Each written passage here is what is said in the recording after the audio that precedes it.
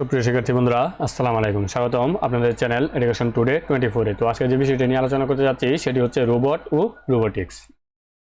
তো এই রোবটটি হচ্ছে আমাদের রোবোটিক্সেরই একটি অংশ। তো এখানে আলাদা লেখার কারণ হচ্ছে যে আমরা রোবোটিক্স পড়তে গেলে দেখা যায় রোবোটিক্সকেই আমরা রোবট মনে করি, যাতে আমরা এই দুইটা বিষয় একত্রিত না করি, সেই কারণেই আমরা এই দুইটা বিষয় আলাদা আলাদা রেখেছি। তো আমরা চলে যাবো এর সংখ্যায়। রোবট কি? রোবট হচ্ছে কম্পিউটারের নিয়ন্ত্রিত যন্ত্র যা স্বয়ংক্রিয়ভাবে কোনো ব্যক্তি কর্তৃক নিয়ন্ত্রিত হয়ে থাকে।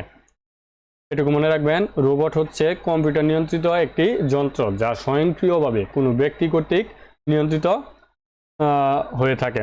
তো রোবোটিক্স হচ্ছে যে প্রযুক্তির যে শাখায় রোবট সমূহের ডিজাইন, নির্মাণ কার্যক্রম ও প্রয়োগ নিয়ে কাজ করা হয় তাকে রোবোটিক্স বলে। অর্থাৎ এক কথায় বলা যায় রোবট হলো একটি যন্ত্র ও রোবোটিক্স হলো রোবট তৈরির ডিজাইন থেকে শুরু করে তাকে নিয়ন্ত্রণ পর্যন্ত যে সকল কাজ করতে হয় তাকেই রোবোটিক্স বলে। অর্থাৎ আমি আবারও বলি যে রোবট হচ্ছে একটি যন্ত্র, আর রোবোটিক্স হচ্ছে সেই যন্ত্রটি বানানোর জন্য যে পরিকল্পনা করা হয়, মেটালগুলো তৈরি করা হয় এবং তৈরির পরে এটাকে নিয়ন্ত্রণ করা হয়, এটা দেখাশোনা করা হয়, সমগ্র বিষয়কে রোবোটিক্স বলা হয়। তো রোবোটিক্স ডিজাইনের শর্ত হচ্ছে আমাদের কি, যে এটা মাথায় রেখে আমাদের ডিজাইন করতে হবে যে মানুষের ক্ষতি করতে পারবে না, এরকম রোবটের ডিজাইন করতে হবে। তারপরে মানুষের নির্দেশ মেনে চলবে এরকম একটি রোবট তৈরি করতে হবে এবং নিজের অস্তিত্ব টিকিয়ে রাখবে। তো এই দুইটা কন্ডিশন মানার পরে কিন্তু সে নিজের অস্তিত্ব টিকিয়ে রাখবে। এই দুইটা মানার পরে কিন্তু এই দুইটা না মেনে কিন্তু নিজের অস্তিত্ব টিকিয়ে রাখতে পারবে না, কারণ এই দুইটা যদি না মানে তাহলে কিন্তু মানুষের জন্য ক্ষতি হয়ে যাবে বা হুমকি স্বরূপ হয়ে যাবে। তো এইগুলো হচ্ছে রোবটের ডিজাইনের শর্ত। তো রোবটের বৈশিষ্ট্য আছে কিছু। রোবটের বৈশিষ্ট্য, যন্ত্রের তৈরি। এটা কি হয়? যন্ত্রের তৈরি হয়। তো মানুষ তো মাটির তৈরি, এটা আমরা জানি, বাট রোবটটা কি হয়?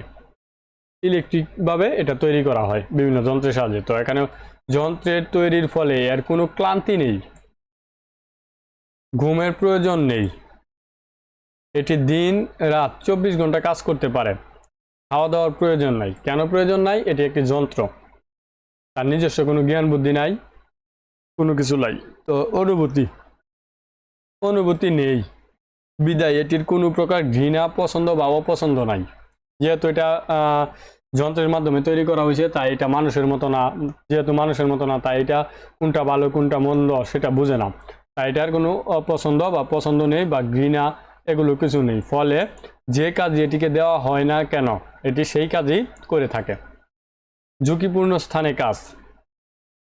রোবটের যেহেতু জীবন নাই, এর কোনো ঘৃণা অনুভব এই কোনো কিছু নাই, তাই এটাকে ঝুঁকিপূর্ণ যে কোনো কাজে আমরা পাঠাতে পারবো এবং সে যেতে বাধ্য, এবং সেখানে গিয়ে যদি সে ক্ষতিগ্রস্ত হয় এতে করে কোনো ক্ষতি হবে না, কারণ একটি ডিভাইসই নষ্ট হবে। যেমন বিষাক্ত গ্যাসের, এখানে বানানের ভুল হয়েছে, বিষাক্ত গ্যাসের ভিতরে গিয়ে মানুষ কাজ করতে পারবে না। বিষাক্ত গ্যাসের ভিতরে যদি মানুষ কাজ করতে চায় তো সেখানে তার এই গ্যাসের কারণে মৃত্যু হতে পারে, বাট এখানে রোবটের কোনো অসুবিধা হবে না।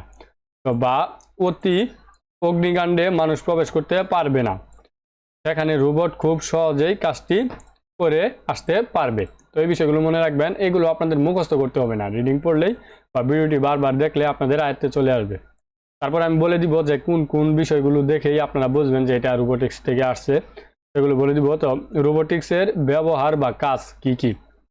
এটা কি বিপজ্জনক কাজে ব্যবহার করা হয়, যে সকল কাজ সাধারণভাবে মানুষের জন্য বিপজ্জনক সে সকল কাজ রোবোটিক্সের মাধ্যমে করা হয়। যেমন বিষাক্ত গ্যাসের ভিতরে গিয়ে মানুষ কাজ করতে পারবে না বা অতি অগ্নিকাণ্ডে প্রবেশ করতে পারবে না, সেখানে রোবট খুব সহজেই কাজটি করে আসতে পারবে। এই যে এখানে দেখেন একটি চিত্র দেওয়া আছে, এই যে চিত্রটি দেওয়া আছে, এই চিত্রটিতে দেখেন আপনি কিন্তু কোনো রোবট দেখতে পাচ্ছেন না।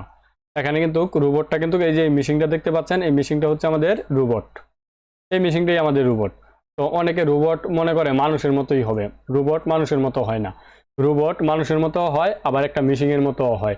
যেমন ধরে নিতে পারেন আপনার মাটি কাটার জন্য আমাদের বেকু ব্যবহার করা হয়, বেকু কিন্তু একটি রোবট।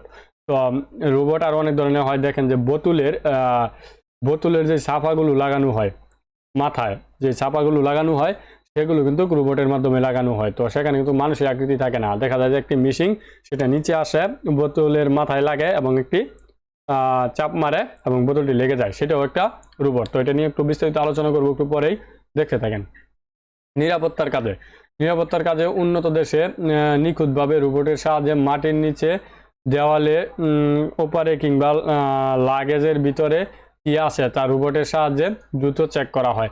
আপনারা দেখতে পারবেন যে বিভিন্ন বড় বড় যে শপিং মলগুলো আছে বা এয়ারপোর্টের ভিতরে যেখানে সিকিউরিটি থাকে আর কি, খুবই গুরুত্বপূর্ণ সিকিউরিটিটা, সেখানে দেখবেন হাতে একটি লাঠির মতো মেশিন নিয়ে বডিটাকে চেক দেওয়া হয়। এটাও কিন্তু একটি রোবট।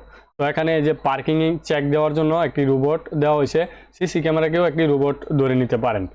তো তারপর মহাকাশ গবেষণায় এখানে মানুষের পরিবর্তে মহাকাশের ঝুঁকিপূর্ণ স্থানে প্রথমে রোবট পাঠিয়ে সেখানকার আবহাওয়া, সেখানের পরিবেশ ইত্যাদি চেক করা হয়। এই যে দেখতে পাচ্ছেন যে চাঁদের মাটিতে একটি মেশিন বা একটি গাড়ির মতো পাঠানো হয়েছে, এটাও একটি রোবট।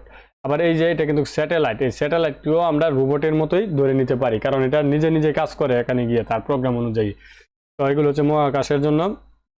আবার গাড়ির তৈরির কারখানায় দেখেন গাড়ির বিভিন্ন পার্টস লাগানোর ক্ষেত্রে কিন্তু আমাদের রোবটের ব্যবহার করা হয়। এখন বলতে পারেন রোবট অনেক ধরনেরই হতে পারে, যে গাড়ির চাকা লাগানোর জন্য বা গাড়ির গ্লাস লাগানোর জন্য দেখবেন যে আপনারা যেহেতু নেট চালান, তো অনেক সময় ফেসবুকের মাধ্যমে বেশি উঠে যে বিভিন্ন গাড়ি তৈরির সময় কত ধরনের মেশিন ব্যবহার করা হয়। এই যে কত ধরনের মেশিন, এই মেশিনগুলি হচ্ছে আমাদের রোবট। তো ইলেকট্রনিক ডিভাইস দেখেন, এটা হচ্ছে আমাদের একটি মোবাইলের আইসি, এটা হচ্ছে একটি মোবাইলের আইসি। এই আইসিটাকে কিন্তু এই যে এখানে একটা দেখতে পাচ্ছেন কম্পিউটারের আইসি।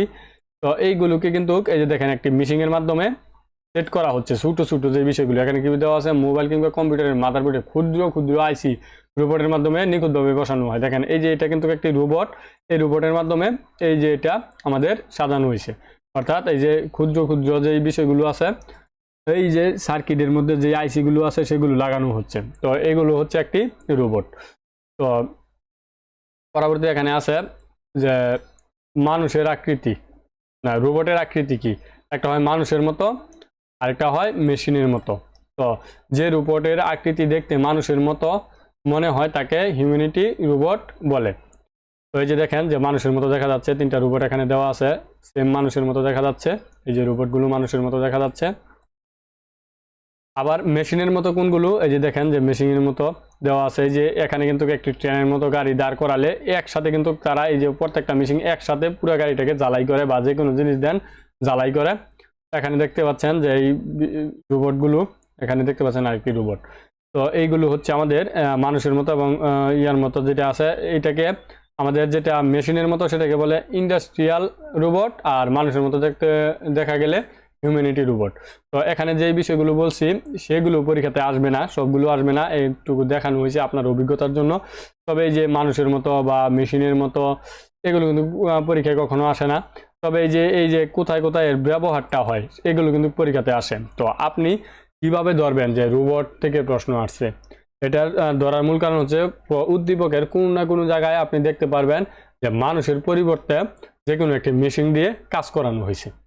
এখন এটা যে কোনো জায়গায় করা হোক, আপনি ধরেন একটি পটেটোর প্যাকেটটাও যে করা হয়, পটেটোর প্যাকেটটা যে করা হয় এটা কিন্তু রোবটের মাধ্যমে করা হয়। তো এগুলো হচ্ছে যে কোনো কাজ মানুষের পরিবর্তে কোনো মেশিনের মাধ্যমে করা হলে আপনি ধরে নেবেন সেটা রোবটের মাধ্যমে করা হয়েছে। তো এটুকু যদি মনে রাখতে পারেন আপনি কিন্তু ধরে নিতে পারবেন যে রোবোটিক্স থেকে প্রশ্ন হয়েছে। তো উদ্দীপক দেখলে আপনারা আরো ক্লিয়ার হবেন। আর আপনি যদি ধরে নিতে পারেন যে কোন টপিক থেকে প্রশ্ন হয়েছে আর সেটাও যদি আপনি লিখতে পারেন, 1 নাম্বার পেয়ে যাবেন। যে উদ্দীপকে এটা চাইছে রোবট থেকে রোবটের কথা বলা হয়েছে, এটা লিখতে পারলে 1 নাম্বার।